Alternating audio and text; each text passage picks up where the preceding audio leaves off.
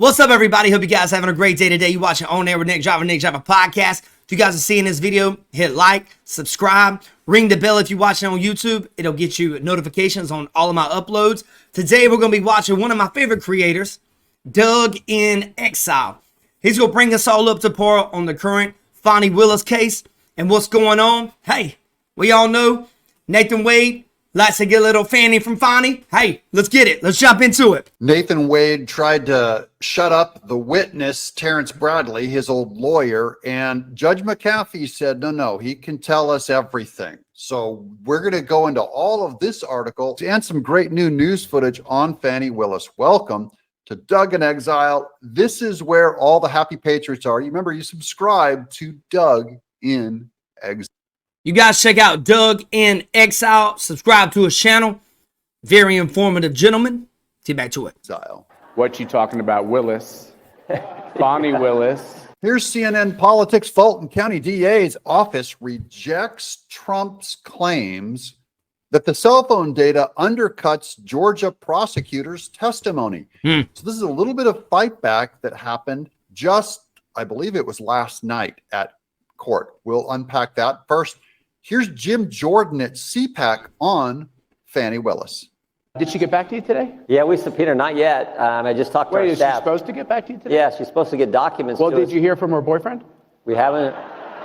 That was the deadline last night at CPAC for Fani Willis to cough up the documents that Jim Jordan subpoenaed. And so it appears there's resistance on that front. This will get her in deeper trouble also, which is good news for Trump.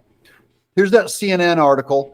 Lawyers representing the Fulton County District Attorney's Office are forcefully pushing back on allegations from former President Donald Trump and his co-defendants that cell phone data suggests the relationship between Fulton County District Attorney Fani Willis and her top prosecutor in the Georgia election subversion case started prior to the time they both testified last week, according to a court filing Friday evening. That's last night. This is going to be their excuse, and this is going to be good. Remember what we said, that they're going to say, oh no, sending a phone around to different locations does not prove that Nathan Wade was there. It's a black thing. We send phones around everywhere. You'll see, they basically say as much.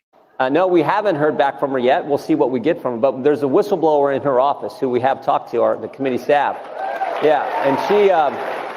And those of you who've been watching this show already know that he's talking about Miss Timpson, which we've already... employee of hers. She's now talking to Jim Jordan's people and giving them information. And by the way, yeah, it's pretty crazy. It's anytime you start looking at some of these situations, you know that someone's in trouble when they start playing a race card. Let's keep it 100. I don't want anybody to go to jail that's not guilty of nothing. I don't. You know, it's not looking good for Fani. It's not looking good. Looking like she's lying a lot. We have reached out to invite her on the show, and she's always welcome to come on this show. Miss Timpson is, but we don't want to get her in trouble with her lawyers or with any, or we don't want to complicate the investigation at all. That's not what we're here to do. I just want to hear her side of the story. The whistleblower, I think she's like 4'11", but Fani Willis had 7 police escort her out when she fired this lady. Wow. Because this lady raised the concern that Miss Willis was not spending federal funds and not following the grant, the rules of the grant and the grant dollars in the appropriate manner. So she raised this concern, and then Fani Willis fired her. She's now talking with our office, and we'll see where that goes. And that's why we subpoenaed for records and documents related to this. We'll see what we get. There's still a few hours left in today. So what Miss Timpson can provide them is help them aim their subpoenas at what kind of documents would show up at Fani Willis's. It looks like Nathan Wade maybe gave Fani Willis the subpoenas. You know what I'm saying? Now they're getting a subpoena, but it looks like Nathan Wade maybe gave her the subpoenas, man. His office that revealed that she misappropriated money. This is a whole different line than whether if Terrence Bradley or Nathan Wade or her slept together. This has nothing to do with them sleeping together. There's 5 different fronts that they can go and investigate the corruption. Right. That's what I wanted to show you here is while we're focusing on the phone call between Nathan Wade and Fani Willis and when that relationship started, there's other stuff Jim Jordan is doing that's revealing how corrupt Fani Willis was besides her sleeping with Nathan Wade. Here's the rest of that CNN article. The DA's office, Fani Willis's office. Yeah, I think it's crazy, but I think the least problem that Fani Willis is having at this moment has to do with the relationship with Nathan Wade. I mean, there's a lot of corruption here. A lot of corruption. Responding to an earlier motion filed by Trump's lead attorney in the Georgia case, said the cited phone records, quote, do not prove anything relevant, we swear, and should not be considered as evidence in proceedings to decide whether Willis should be disqualified. Wow. Now, there's one key witness that can overturn all of that, and that's Terrence Bradley, Nathan Wade's friend. 11 Alive has confirmed the Terrence Bradley is going to be very detrimental to this case. The state is doing everything they can, get a lot of the information he has, from what I understand, to not be relevant. Let's check it out. Let's get back to Doug in exile. judge has denied a motion from Wade to block additional testimony from Good. his former attorney, Terrence Bradley. So Nathan Wade has tried to block the ability to question Terrence Bradley. Ruh-roh. Remember, they were Ruh-roh. saying that he has attorney-client privilege. And now we find out that he is going to go and talk to Judge McAfee. It's called on camera, but it's like a private thing in his office on Monday. That's coming up. He'll spill everything to McAfee. And then Now, guys, that's today, Monday today. I'm filming this at about 4 p.m. Eastern Standard Time. By the time this video comes out, man, we could have new information. So, hey, let's see how it pops out. Let's see how it goes. Let's get back to it. McAfee makes a decision if it's admissible in court or relevant to the court, and I believe it is. I believe the reason why they're trying to shut Me too. Terrence Bradley down is Me too. he's the key to everything involving Nathan Wade and Fani Willis, in that he simply is going to say, I was his lawyer, and I know that he was having an affair with Fani Willis before they said they would. That's Right. all. Here's the rest of that article. Quote, the records do nothing more than demonstrate that special prosecutor Nathan Wade's telephone was located somewhere within a densely populated multi-mile radius where various residents, restaurants, bars, nightclubs, and other businesses are located, unquote. The prosecutors wrote on a Friday night filing. This is their defense of Nathan Wade. I'll show you why that probably doesn't mean anything. They're saying, look, the pinging off the towers only show his general location is around Fani Willis's condo, as well as other restaurants. Well, we all know what's happening here, man.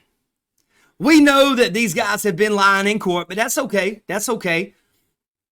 Let's hypothetically give them the benefit of the doubt that she lives right in an area where he loves to frequently go, and they're not doing anything. As big of a city as they live in, he just happens to be in the same area 35 times? Sounded like Wade's getting some Fanny from Fani, man. Getting some Fanny. And things that don't absolutely pin him to her location. They're right about that.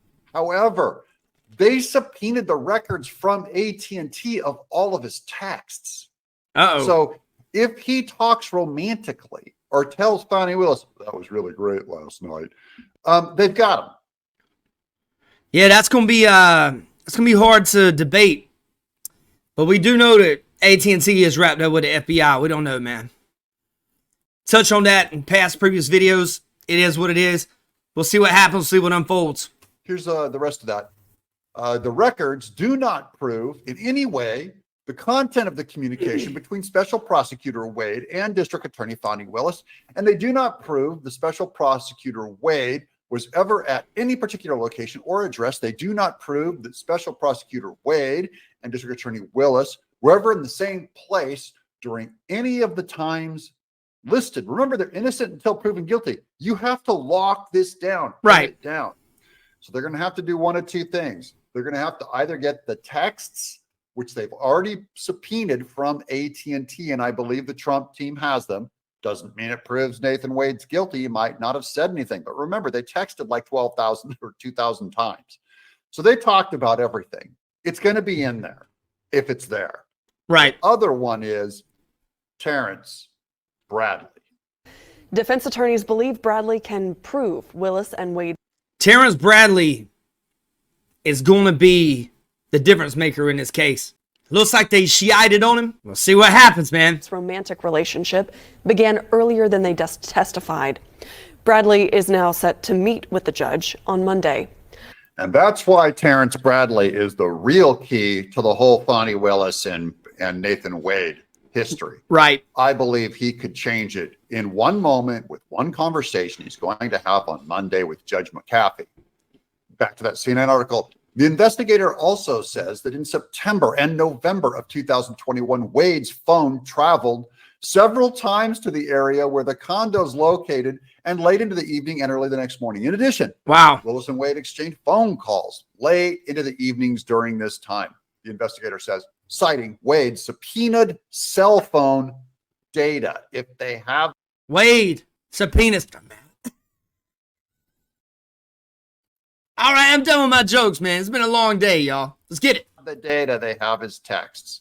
On Friday, McAfee also denied a motion last night by Wade to block his divorce attorney, Terrence Bradley, former law partner Terrence Bradley, from appearing before the judge to review potentially privileged communications Bradley allegedly made about Wade and Willis's relationship, according to 3 sources familiar with the matter. Now, why does Nathan Wade not want Terrence Bradley to share their communications? We already know the answer to this, because he has the information. That's why they're trying to block him. It's pretty simple. Pretty clear. Yep. Terrence Bradley has communication. You're right, Doug. Nathan Wade. You're right, Doug. Where he stated earlier than claimed that he was having an affair with Fani Willis. And that alone would end her career, Nathan Wade's career, and this whole case. Right. McAfee has called for Bradley and his lawyer to appear at the Fulton County Courthouse on Monday at 1:30 p.m. Eastern Time for the so-called in-camera review that's conducted in the judge's chambers, sources said. Do you think prior to November 1st of 2021, you were at the condo more than 10 times? No, sir. So it'd be less than 10 times? Yes, sir. Right now, attorneys say phone records reveal at least 35 occasions when Wade's phone was connected to cell phone towers near Willis's condo in Hapeville. That's not good, guys. That's not good for Fani Willis. You know, I look at it like this. You know what? I'll just stop until the end of the video. I don't want to take away from my man Doug in Exile's video. He's doing a great job explaining this to us. For extended periods of time. In court, Wade said any phone records suggesting he was in Hapeville more frequently would be wrong, and that his visits to Willis's condo were for business reasons. Now, see, I want to put that technicality out there, because Nathan Wade said any phone records that showed he was in that Hapeville County would be wrong. And the phone records, just the ping alone, it doesn't show that he was with Fani Willis, but it shows he was in that county vicinity. He was wrong. Right. That is, they prove that he was in there 30. Right. He was in the vicinity of her house. So it's not particularly saying he was at her house, but he's at the vicinity of her house because his cell phone was pinging off the towers in the area, and he's there until late into the night or early into the morning or the next morning. Hey, maybe he was sleeping on the sidewalk outside her house, man. Who knows? 5 times. He claimed to only be in county 10 times. He's lying. You know, it's trivial, It's very specific. He's lying, bro. And very, it's very small and very specific, but it is true that he has perjured himself. He has. As for the cell phone records, the judge will have to decide whether it's He has definitely perjured himself. credible and admissible before factoring it into his decision. That's what we find out Monday. Here's Trump in South Carolina last night giving the audience another tutorial on Fani Willis's name. Look at Fani, F-A-N-I. It should be pronounced Fanny. Fanny. Fani. Fani. Dude, Trump is the ultimate troll, man. People come after him so much at this point. This dude just don't give a crap. They say she gets very upset if you call her Fanny, F-A-N-I. She fell in love with the person that long before this started. He got paid almost $1 million. He never did it before. Yeah, he never had any experience. Wow. Nathan Wade did not. There's so much evidence pointing against this. It's really clear that Fani Willis So much corruption with Fani Willis. There's just so much corruption. is corrupt and Nathan Wade is Right. corrupt. It's just a matter of the judge having to cross his T's, dot his I's, Right. make sure that he does it right so that he doesn't get appealed. We know this from the New York judges that are all frauds, that you don't want to set up a weak case that's going to get appealed. So he's got to do his homework, guys. What do you guys think? Does this work? And now that you guys have subscribed and you watch this show, you're all caught up. You guys subscribe to Doug in Exile. I'll put his link in the description. This man is breaking it down fantastically. Great job, sir. Great job. I enjoy your channel. You really dropped some information on here that really explains it to a lot of us in layman's terms. On this case, as of Saturday morning, I'm Doug in Exile. All right, guys, what do you guys think about this so far? We're looking at, it's Monday now. Hey, we might have some breaking news here soon. You guys get in the comments. Let me know what you think. Big thank you to Doug in Exile for breaking this down for us. I know I understand it a lot better. I've been watching on TV. There's a lot of lawyer lingo going on, a lot of stuff like that. It is entertaining. What are you guys thinking? Is Fani, is she done? Is the system will be corrupt enough to where she gets out of this? Hey, is the Trump case gonna get thrown out? Let's check it out, guys. Let's check it out. You guys have a blessed day. Take care. You watching On Air with Nick, driving Nick, driving podcast. Be safe. Take care. Love y'all.